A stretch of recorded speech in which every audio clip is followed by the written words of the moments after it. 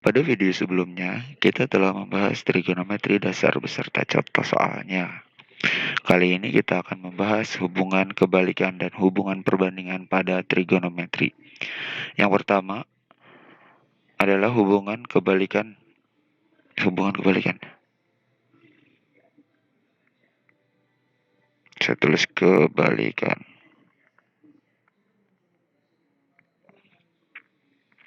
Nah, hubungan kebalikan ini kalau misalkan kita punya sin. Nah, sin suatu alfa. Sin alfa itu kebalikannya apa? Kebalikannya adalah 1 per kosekan. Jadi kalau misalkan kita punya sin alfa, kebalikannya adalah 1 per kosekan alfa. Contohnya, kalau misalkan kita punya sin alfa sama dengan 1 per sin alfa itu misalkan A per C, maka kalau misalkan yang ditanya kosekan alfanya, berarti 1 per A per C. Atau kalau misalkan kita sederhanakan, 1 per A per C itu sama dengan tinggal kita balik C per A. Seperti itu. Jadi kesimpulannya sin alfa itu kebalikannya adalah kosekan alfa. Begitu juga sebaliknya ya. Begitu juga kalau misalkan kosekan alfa. Kosekan alfa itu sama dengan 1 per sin alfa. Jadi saling berkebalikan. Nah, ini untuk yang sin. Sekarang kita coba untuk yang cos. Kalau sin adalah 1 per kosekan, bagaimana dengan cos alfa? Cos alfa itu kebalikannya adalah 1 per sekan. Sekan alfa. Nah, kalau misalkan ada contoh soalnya cos alfa itu sama dengan B per C, maka kalau yang ditanyakan adalah sekan alfa, hasilnya tinggal dibalik aja ya, sama kayak gini cara penulisannya. Jadi C per B. Ya, jadi kesimpulannya adalah cos alfa itu adalah kebalikannya adalah sekan alfa. Sedangkan sekan alfa itu 1 per cos alfa. Ya tinggal dibolak-balik aja. Kalau tangan gimana? Ada tangan juga. Tangan alfa itu kebalikannya adalah 1 per kotangan dari alfa. Jadi kalau misalkan ada contoh soal tangan alfa itu sama dengan A per B ya. A per B ya. A per B, maka kalau yang ditanya kotangan alfa itu sama dengan B per A dengan cara yang sama seperti kosekan dan sekan. Jadi kesimpulannya kotangan itu adalah kebalikan dari tangan. Kebalikan itu ya seperti ini, yang 1 per. Seperti itu. Itu adalah hubungan kebalikan. Dan setelah itu kita bahas hubungan perbandingan. Nah, hubungan perbandingan itu yang seperti apa sih? Sebentar.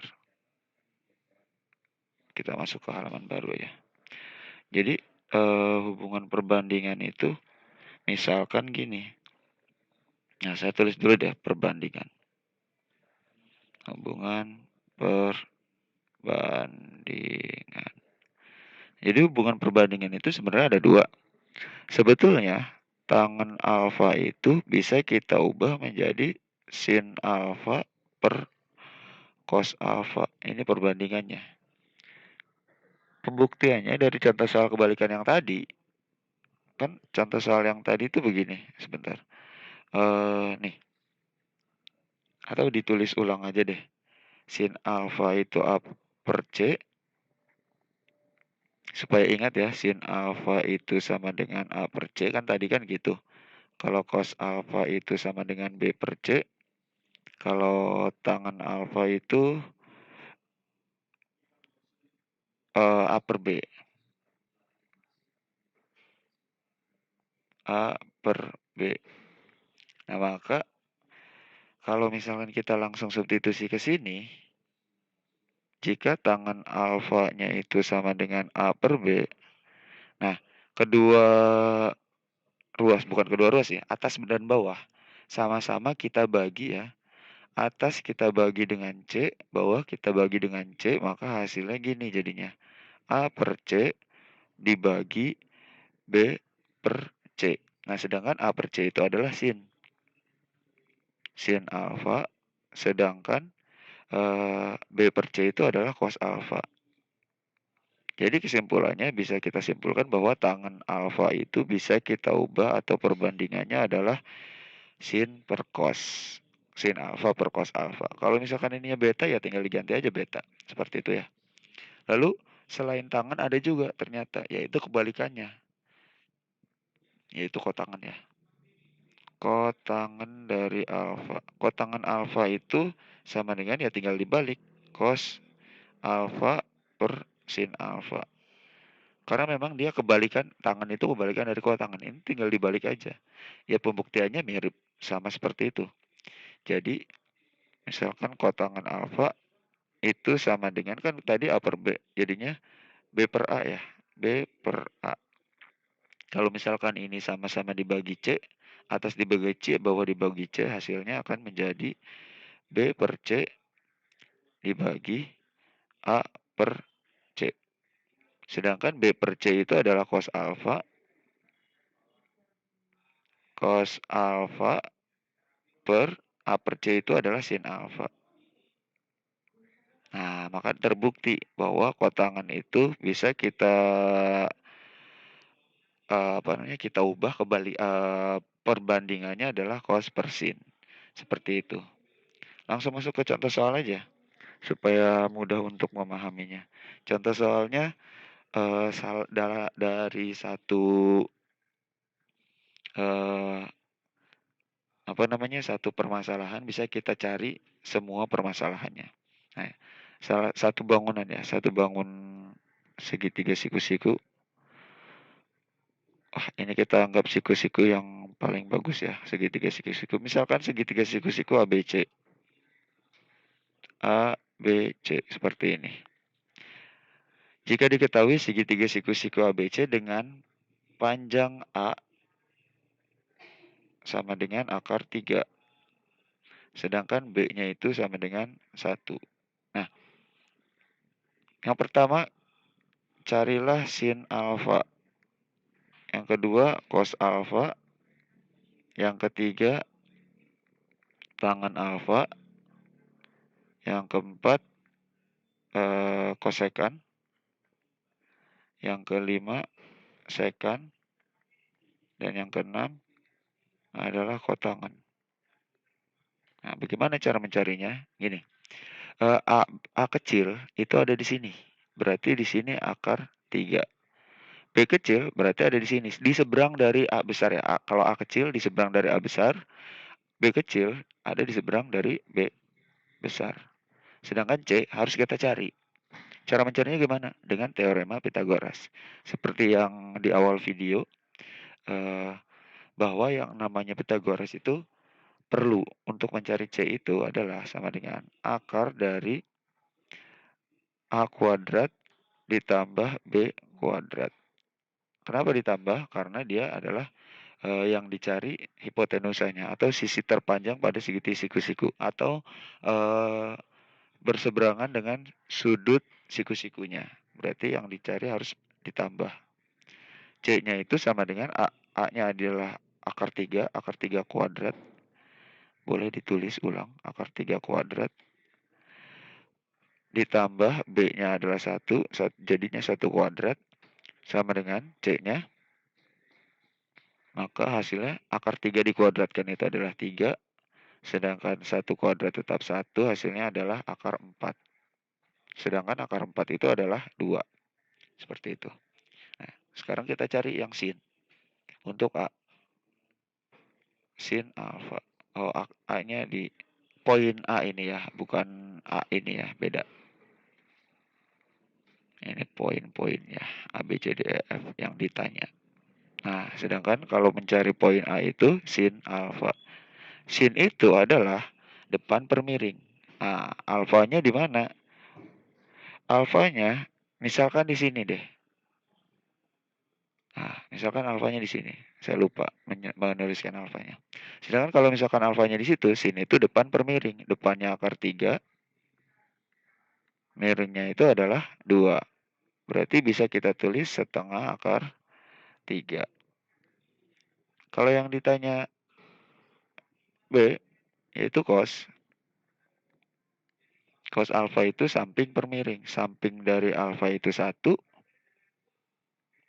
miringnya itu yang ini tetap, yaitu 2, yang C tetap. Lalu yang untuk mencari C. Nah, untuk mencari C, bisa tinggal kita lihat dari sini. C-nya itu adalah tangan ya, tangan alfa. Nah, tangan alfa itu ada dua cara. Yang pertama tinggal dilihat di sini, depan per samping. Depannya akar 3, sampingnya 1. Sama dengan akar 3. Atau bisa juga kita cari dengan cara perbandingan. Perbandingannya adalah sin per cos. Bisa juga. Ini cara pertama. Cara kedua adalah tangan alfa itu sama dengan sin alfa per cos alfa. Sinnya itu adalah setengah akar 3. Setengah akar 3 dibagi cos alfanya adalah setengah. Nah, ini bisa kita coret. Hasilnya sama dengan akar 3. Seperti itu ya. Lalu, untuk mencari yang kosekan, kosekan alfa, kosekan juga ada dua cara. Dengan cara kebalikan dari sin alfa. Kalau sin alfa tadi akar 3 per 2 ya sebelum disederhanakan, maka bisa kita tulis 2 per akar 3. Atau bisa sederhanakan juga, dirasionalkan menjadi 2 per 3 akar 3. Itu cara pertama. Cara kedua tinggal dilihat dari sini. Nah, cara keduanya adalah kita lihat eh, kosekan itu kebalikan dari udahlah langsung aja lah. Atau kalau misalkan mau lihat dari sini, kebalikan sini itu depan per miring. Berarti kalau kosekan miring per depan, miringnya adalah 2, depannya akar 3, masih sama lah. Lalu yang E, mencari sekan. Sekan juga sama, kebalikan dari cos. Berarti 2 per 1 sama dengan 2. Nah, itu tinggal kita lihat sini aja. Atau kalau ngelihat di sini, samping per miring ya kalau cos. Berarti untuk second miring per samping. Miringnya adalah 2, sedangkan sampingnya adalah 1. 2 per 1 sama dengan 2. Nah, sedangkan yang F, untuk mencari kotangan.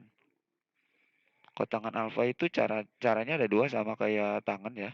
Tinggal dilihat tangannya aja, hasilnya tangan adalah akar 3 per 1, berarti eh, untuk mencari kotangan itu 1 per akar 3. Itu. Ini ya, jadi kotangan alfa itu sama dengan 1 per akar 3. Untuk cara pertama. Cara kedua, bisa menggunakan apa namanya? Perbandingan. Untuk perbandingan adalah cos alfa per sin alfa. Kalau misalkan cos alfa itu adalah setengah. Oh iya, sorry, ini dulu nih. 1 per akar 3 bisa kita sederhanakan menjadi rasionalkan ya. 1 per 3 akar 3. Jadi ini setengah. Kita balik lagi sini, cos adalah setengah per sin adalah setengah akar 3 atau akar 3 per 2. Akar 3 per 2 atau setengah akar 3 aja deh. Setengah akar 3. Tinggal kita coret setengahnya. Hasilnya sama dengan 1 per akar 3. Bisa ditulis sepertiga akar 3. Nah, seperti itu. Bagaimana? Mudah kan? Selanjutnya nanti kita bahas tentang trigonometri lainnya ya. Tetap di channel ini.